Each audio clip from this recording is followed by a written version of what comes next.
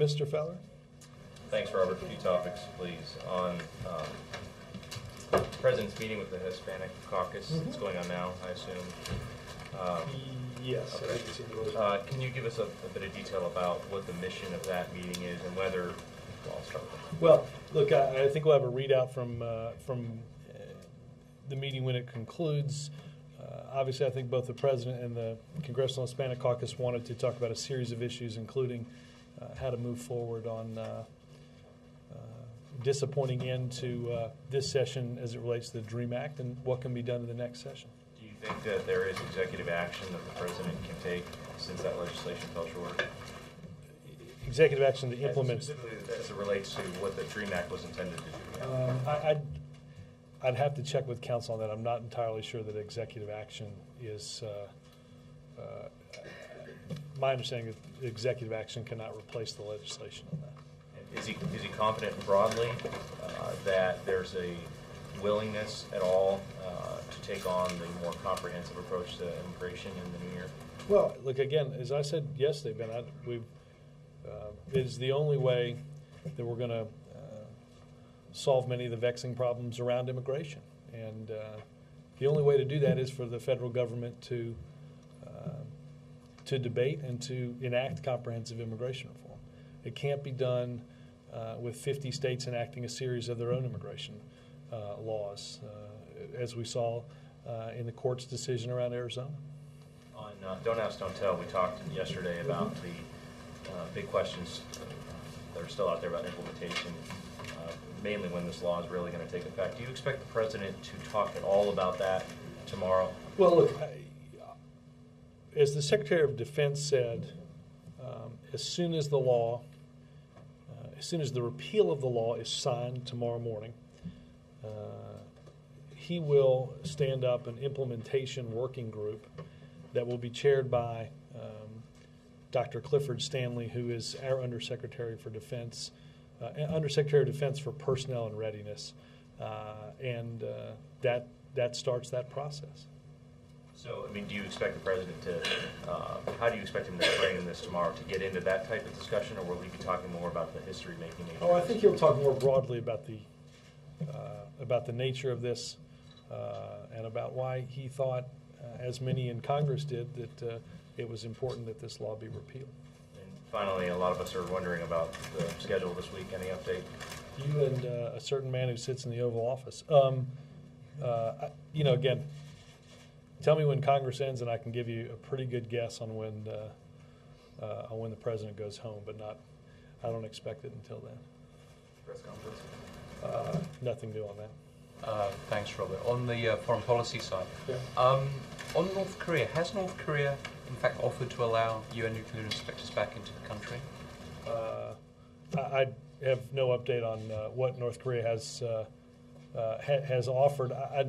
I think North Korea has a pretty good sense of what they need to do to live up to their obligations, and certainly I think the world waits for them to do so. Staying with North Korea, the President's written to 4 senators to thank them for their support of ratifying START, and in that letter he referenced talks with the Russian Federation in the last 2 days about U.S. concerns with North Korea. Could you talk about those? Can you tell us about those talks, and were they anything to do with missile defense? I'm not going to get into any more specifics than are in the letter on that. And one last thing on Belarus. Belarus has jailed 600 protesters. Does the United States have any way of influencing Belarus? Alistair, what I would point you to is the President's statement on that election and on the violence and on our belief that it must stop. Jake? First of all, it appears as though you have the votes to ratify START. I was wondering, it didn't necessarily appear that way days, if not weeks ago, weeks, if not days ago. What made the difference? I think, in all honesty, I think people have had an opportunity to focus on what's in the treaty. I think they've had an opportunity to focus on those that are supporting the treaty and listen to Chairman Mullen, Secretary Gates, Jim Baker, George Shultz, Henry Kissinger, and others make, I think, a very compelling case, along with the President and the Vice President, for why this enhances our security, why it does nothing to impact or inhibit our ability to defend ourselves in any way. As Senator Isaacson said in a statement released just a few moments ago, announcing his support for ratification of this treaty. Yeah, I think that I think people understand that it is our reductions in these are legacies of many presidents, including former President Ronald Reagan, and it makes our world safer. It provides, as we've talked about in here, an inspection regime with the Russians. It doesn't inhibit our ability to protect ourselves using missile defense, and promotes our security and stability in the world. We're approaching the end of the year, and it looks as though the President may be departing for Hawaii soon. Do you have any hints as to staff changes that might happen that you've been putting off until the end of the year? No, I don't expect you'll hear a lot before the end of the year. And then lastly, as you know, there is a group of unemployed that call themselves the 99ers. These are individuals who their unemployment insurance has run out.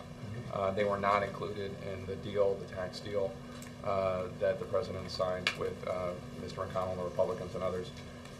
Is there anything that the President can do for them? Well, I think the best thing that we can do as a country is get a fragile economy more stable and one that creates more jobs. I think that's why I think economists said that they would reorient their growth estimates based on the agreement that the President signed. Obviously, the best thing we can do for them is to create an environment where businesses are hiring. Look, we have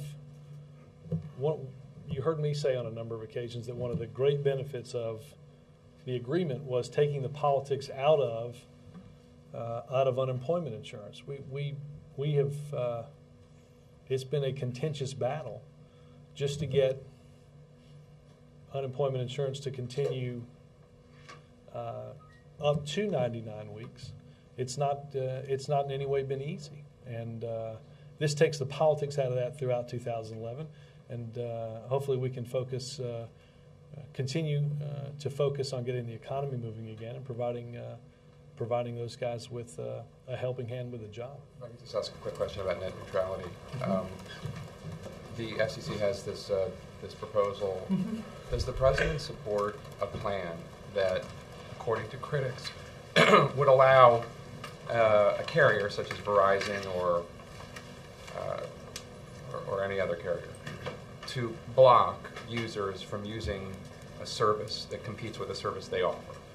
For instance, if Verizon doesn't offer Google... I know the FCC, as an independent agency, is voting on this, and the President will have a statement at the conclusion of that vote on their proposal. Dan? Just to follow on one of Jake's questions, you have talked about how the START has been reviewed and debated now for so many months. So what was it that came up to the table now that sort of crystallized it for some of these senators who were still on the fence? Well, again, if so much information was already out there for so long. As I said yesterday, if people had questions about our commitment to modernizing our nuclear arsenal, if people had questions about the impact of this treaty, the answer to that impact is none on missile defense, that we were happy to have anybody and everybody provide that answer. Secretary Gates, Admiral Mullen, General Cartwright, a whole host of foreign policy heavies from both political parties, I think, have weighed in on why this is important for our national security. And that's why I think you see now that we have been for a while, and certainly confident today that this is a treaty that will pass the Senate. So it was less about providing more information and more about sort of just big names endorsing this? No, I think this is, I think whenever you have somebody like Jim Baker or George Shultz or Henry Kissinger talking to senators on Capitol Hill about what they see as a benefit of the treaty, I think that helps. That helps the treaty. But I think, again, I think it's a combination of look.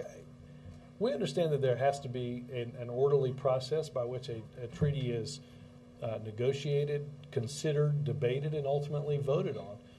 I think that has happened in this case. Senators have gotten the information that they've needed, and I think we're pretty confident that more than 2/3 of them will vote to ratify something that's tremendously important for our national security. One other. It's like a shopping center out here. And that other door really helps. On health care, top Republicans, Senator McConnell and also Mr. Boehner, have talked about next year pushing to repeal the health care bill. And I'm wondering what's going on here at the White House in terms of preparing for that prospect. I mean, when you think about this threat that they keep making time and time again. Well, look, I think that Senator McConnell and Congressman Boehner are going to have to answer questions from the American people about the benefits, like ensuring that children aren't precluded from purchasing, their families aren't precluded from purchasing health insurance because of a pre-existing condition. I think there's genuine benefits that the law have provided to Americans that they're going to have to talk about what happens when you put insurance companies rather than families in charge of medical decisions. I think those are decisions that and messages that those two leaders and others in their caucus are going to have to figure out the answer to. So will the White House be waging some sort of messaging campaign to counter that? Well, I think you can assume that that we continue to believe that the passage of the bill was a very important thing for the American people, for, as I just mentioned, millions of families that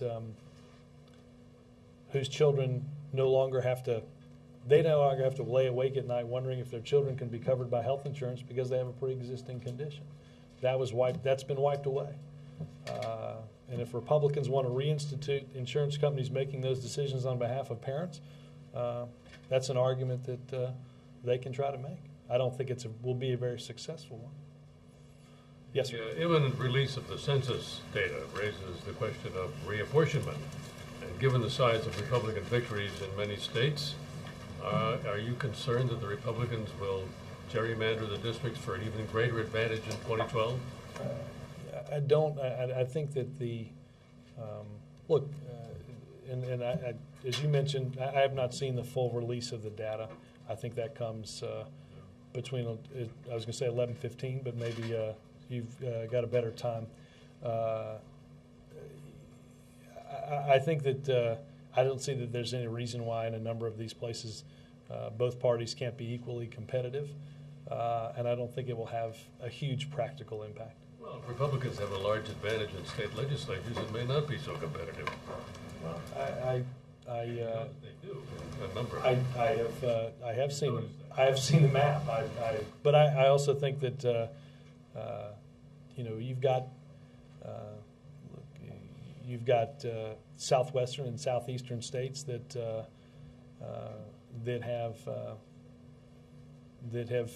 have been purple in many elections, and that means the people in them make up their individual decisions based on who the candidates are and what the election is. Yeah, but if the districts are redrawn, there may be fewer of the people who would make the countervailing decision.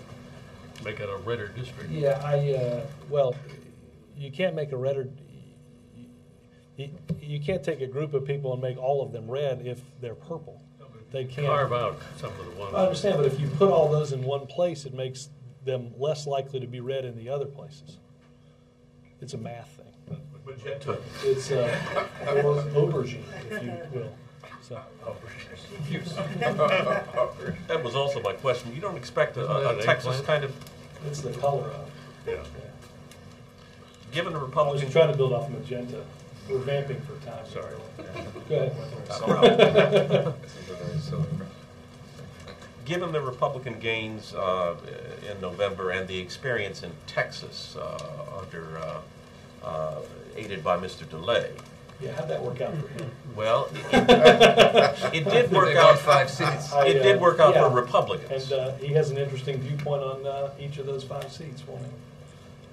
I'm not sure that's worked out so well for Mr. DeLay. But it worked out for Republicans. It doesn't trouble you? Is the Justice Department going to be looking at this?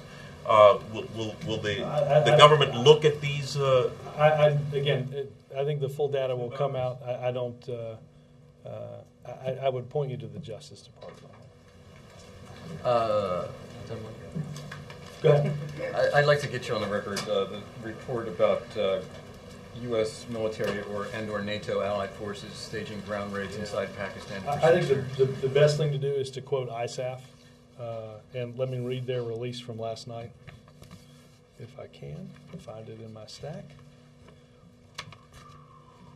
There's absolutely no truth to the reporting in the New York Times that U.S. forces are planning to conduct ground operations into Pakistan. ISAF and U.S. forces, along with their Afghan partners, have developed a strong working relationship with the Pakistan military to address shared security issues. The coordination recognizes the sovereignty of Afghanistan and Pakistan to pursue insurgents and terrorists operating in their respective border areas. There was another report about a plan to poison food with contaminants like ricin. How real is that threat? Is it a credible threat? And what steps, if any, are being taken to head it off? Mike, I would say that while not getting into commenting on specific intelligence or what might be specific planning, we take our counterterrorism and homeland security officials take every credible threat very seriously. As you know, there's significant planning for and coordination to prevent unconventional attacks using chemical, biological, or radiological weapons, and we will continue to remain vigilant to ensure that we're doing all that we can to prevent it. And finally, yesterday an environmental group came out with a report that Washington, D.C. was among localities with contaminated water, hexavalent chromium. Is there any concern here in the White House that water is contaminated in Washington?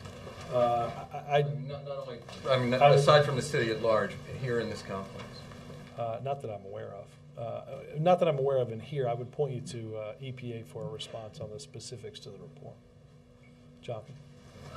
As you know, Sarah Palin, Mitt Romney, some of the other perhaps 2012 Republican contenders came out against New START. They came out against the tax deal, and these things look like they're going to be passed with significant. Well, some of them have, right? Yeah, right. With significant Republican support. What do you make of the split that might be happening between the run for 2012 and what's going on in Washington, and where do you think that's going to take the GOP into next year? Look, I think that I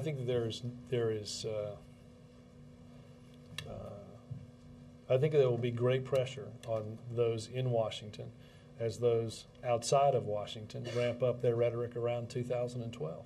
But I think if people believe that the message from the election in 2010 is to seek less cooperation, more gridlock, and greater partisanship, I think that is taking the wrong message from the last election. What people want is, and I think you've seen in public polling that what people are looking for is parties that will fight for their values but can work together to find common ground, to compromise, and to get something done that moves the economy forward and benefits the American people. I think that's what what people asked for in this election, and I think in many ways over the past couple of weeks that's provided a good formula to get things done in this town. I think again, I think there'll be great pressure to do otherwise as people begin running for president. But I will say this: I think that there will be plenty of time with which to conduct a presidential election in the fall of 2012. But I think what the American people are looking for in this town are people not to focus on their own political futures, but focus on the future of the American people. And along those lines, the CR does not have any money for implementing the health care plan. Right. Does not have any increases for the SEC or the CFTC Right. to implement the Wall Street reform. How are you going to get that money? Well, I would just say, Jonathan, that look, anytime you have a short-term measure to fund the year-long capacity of government, it creates complications. That's why I said late last week that a short-term continuing resolution was something that was far less than ideal in providing the needed certainty. But that over the course of the next several months, Jack Lew and our budget office will work with Congress to ensure the necessary funding for critical government operations. Mr. Knoller? Robert, on the 99ers, are they just out of luck that benefits don't extend to them? Well, Mark, I think, as you know, the Recovery Act extended benefits beyond where they had previously been up to 99 weeks. The last extension, and I forget if it's from 72 or 76 to 99 weeks, but that is those are dependent upon the unemployment rates in those states. We have fought for extending, as you know, in the Recovery Act, extending that up to 99 weeks and continuing that full benefit through next year. I think the best thing that we can do is to help, and I think the agreement does that, to help create an environment for economic growth and economic progress and putting people back to work. That's, I think that is first and foremost our commitment to them. Why is the signing tomorrow at Interior? A host of reasons there. First and foremost, holiday tours here make it very difficult to close the East Room. The Interior Department, not knowing the exact schedule, the Interior Department provided a location that was easy to get to, and I think the space is big enough for a signing of this size. Thanks. Yes, ma'am. Are there plans for the president to meet with Governor Richardson when he returns from North Korea? Governor Richardson is on a private trip, and there are no plans that I'm aware of. And just following up on Alistair's question, what does the administration make of the offers North Korea made to Bill Richardson? Again, I think we have throughout many months and even many years, dating back to different administrations, seen the words and the rhetoric of the North Koreans fail to live up to any of their actions or their obligations.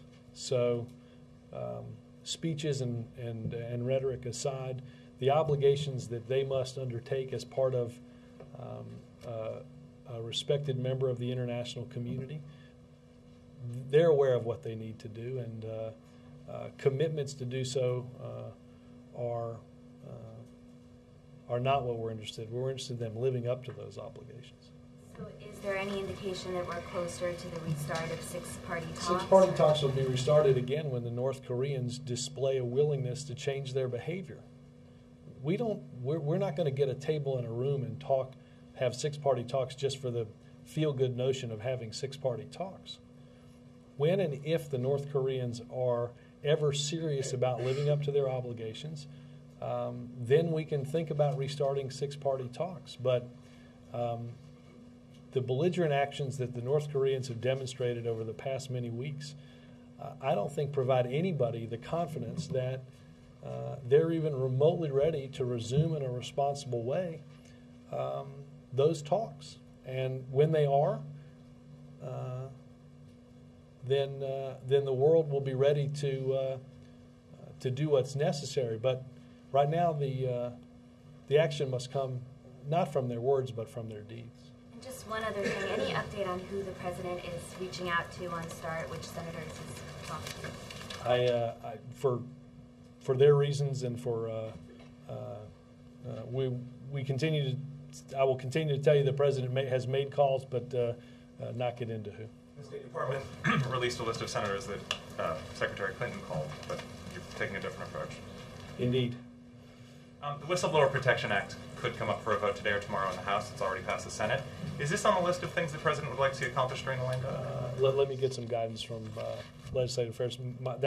My sense is yes, but I would need to just get a little final guidance from them. Also, any further guidance on the 9/11 First Responders Bill and likelihood that it'll pass?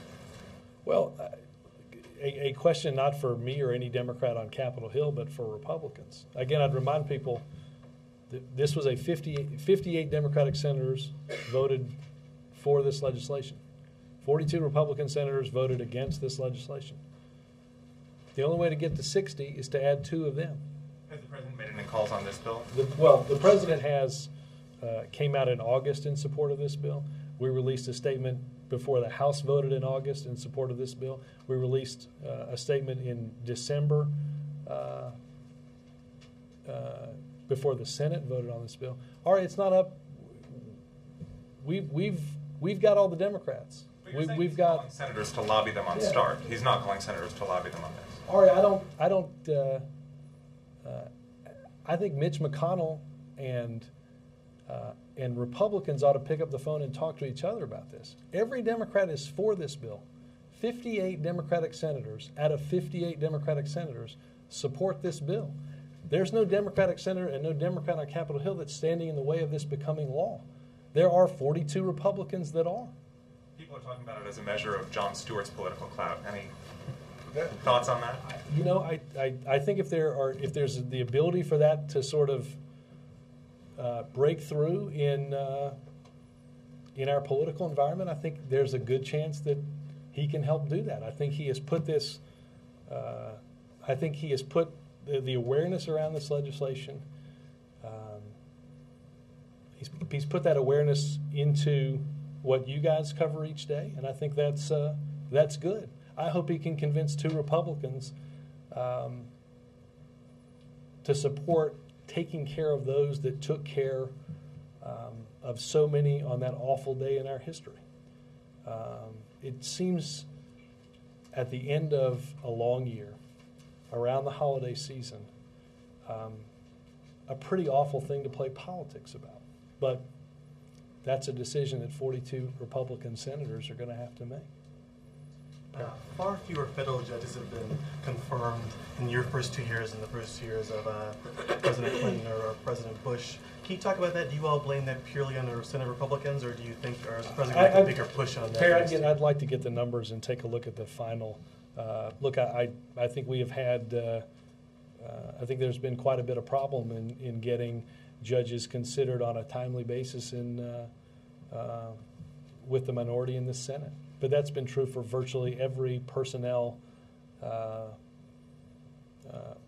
position that we've had up. I mean, you have judges that go through the Judiciary Committee unanimously and languish waiting for unanimous consent to come up before the Senate for hundreds of days. Again, when Ari calls the Republicans to ask him about the 9/11 bill, you should hop on the line and ask him about that. One more. In Secretary Clinton acknowledging who she's talked to among the senators and the President, you all now win to release that. Are you acknowledging that she might be more popular among Republicans than the President is, and therefore, because there's a list being released of who, is it an acknowledgement that maybe Bob Corker doesn't want to be known that his vote could change depending on whether Obama calls him or not? That's my question. I'm having a hard time seeing the connection of that bridge, but let me can I say before a lot. The number? Let me just say before I take Cheryl's question that inexplicably the transcript said that I called you Jill yesterday, which I don't have any idea why I would have said that, but that's what the tape and the transcript said, and I apologize. Well, thank you, George. You're welcome. She told me she was going to say that, so that was a little. I'm the setup guy for Linda's joke today. I mean Cheryl's joke today. Go ahead. We talked some about. I don't have any idea how Jill even popped out, but go ahead. We have talked about bipartisanship here today, or some of the new bipartisanship that we seem to be seeing in Washington on the tax deal, on Don't Ask, Don't Tell. You got 8 Republicans, and it seems that on START, you'll get some breaking away from the party leadership. And I'm wondering if the president has given any thought to what accounts for this, and especially his own role. You might say that he has always said he was willing to work with them, and they're now just coming over and agreeing to do so, but I'm wondering if he's thought about any changes in his own behavior that might account for this. Well, look, I think a couple things on that, Cheryl. I think that, obviously the president, as I said, when I say what I think what the American people wanted after that election was two parties to work together, that's exactly what the president took from that election. And I think I think there's no doubt that I think the president would admit that he spent more time reaching out to Republicans recently than in previous times. And he admitted as much to the Republicans when they were here.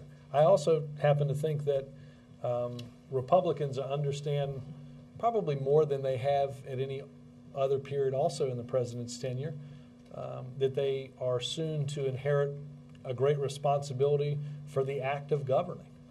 And I think that's kicked in a bit earlier than the formal passing of the gavel in the House. I think the message you have to take from what happened in November is that people want Washington to put aside the games that it normally plays and get things done. I think that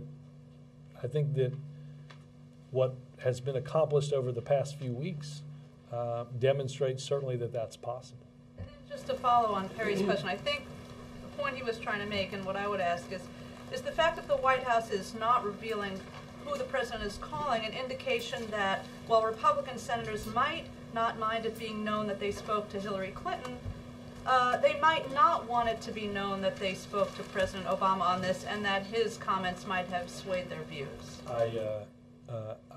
You'd have to ask them. Is it a concern of yours that? Not at all. We want to see the START Treaty ratified. Yes, ma'am. What is the President Obama reaction to a South Korean military fire exercise in Yeonpyeong Island and their territory against North Korea? Well, and also, will the United States continue to support South Korea? Look, South Korea is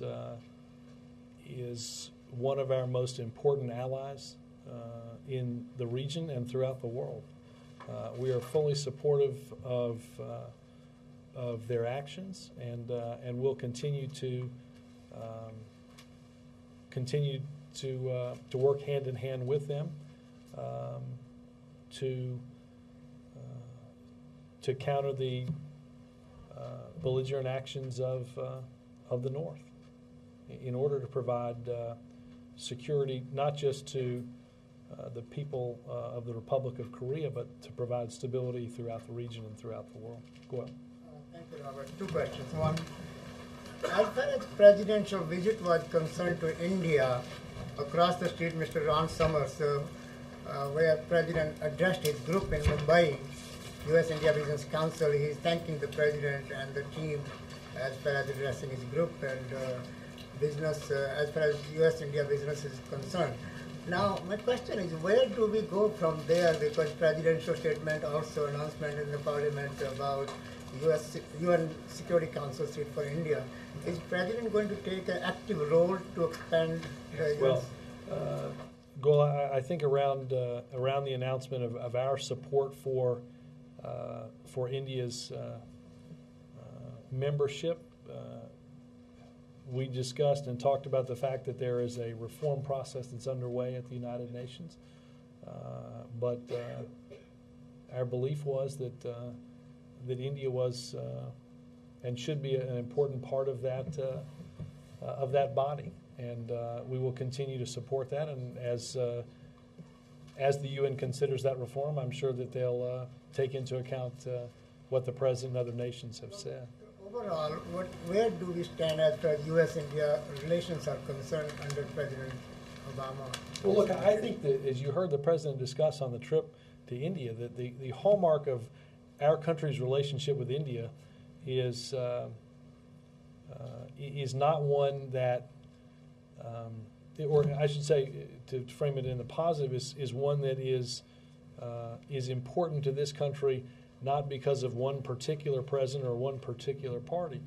What President Clinton obviously made a historic trip to India. President Bush, in the civilian nuclear deal, was an important step in our bilateral relationship. And the president's trip recently in November, another building block on an important relationship in the world. If I may, as far as WikiLeaks is, thank you very much. Let me go on to Josh for a second. Josh. Robert, can you tell us what kinds of things the White House has been doing to try to get the Guantanamo trials and transfer ban language stripped out of the CR or the defense bill? Has the president been making any calls for while he's talking? Let me check and see if what the president's involvement on that. I know that the Attorney General has sent letters. I don't know what else he's done. I point you to DOJ, but I can check on what the president's done. You know, the White House and the whole administration has been sort of wrapped around the axle on the issue of the 9/11 trial for almost a year now. Wouldn't it be a relief to have a measure like this pass and therefore not have to make a decision about where to send those defendants and simply have a decision made for you, basically? No, I think we're going to make a decision on what's in the best interest of this country and what's also constitutional. Yes. Thank you, Robert. Two brief questions on START. Admiral Mullen, of course, put out a very strong statement about it yesterday, and you mentioned General Hoss Cartwright's briefings and his comments on it. Do either Admiral Mullen or General Cartwright actually make calls or talk to senators themselves? I believe both of them have. DOD probably has better eyes into that, but it's my impression that both of them have spoken with senators, either individuals or as a group, in order. Again, I think what we've looked at it for both of those individuals as those that can provide a perspective, a military perspective on the treaty writ large and any language that they have questions about in the treaty, and I think they've done so. My other question is, just a follow-up from yesterday, I asked you whether the U.S. would continue to operate within the parameters of START. John, what I should have said yesterday was that it's a question that I'd consider answering when and if that happened. Ben, you have? Just to follow on that, since we've been in here, we've moved an alert saying 9 Republicans now say they will back the START treaty, virtually assuring ratification. Right. Can I get your reaction to that, and is this now a done deal as you see it?